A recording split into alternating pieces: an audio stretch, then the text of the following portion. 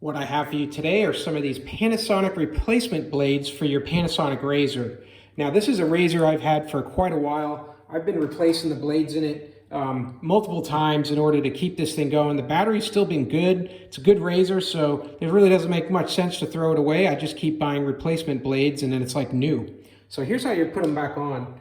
You take them out of the box and you're gonna have two separate of these small blades here, these smaller cutters. These mount right on top of here. So you're gonna take one at a time and just kind of click it on there.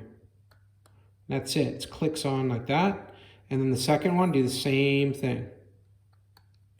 It clicks on like that. Now they're in place just like they're supposed to be. Then you're gonna take your cover that goes over the Razer here, and then you're gonna slide in this replacement piece here. It's just gonna fit in, it can go either way.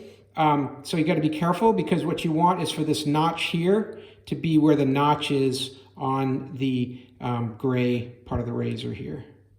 So you're just gonna slide that in and it's gonna click and that's it. And now it's in place. Now take this, it's just gonna fit right on top of your Razer and you're ready to go.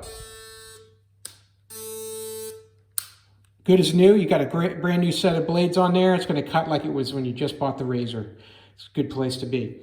Hey, I hope the video was helpful and I hope you learned something and it was interesting. And as always, I hope you have a great day.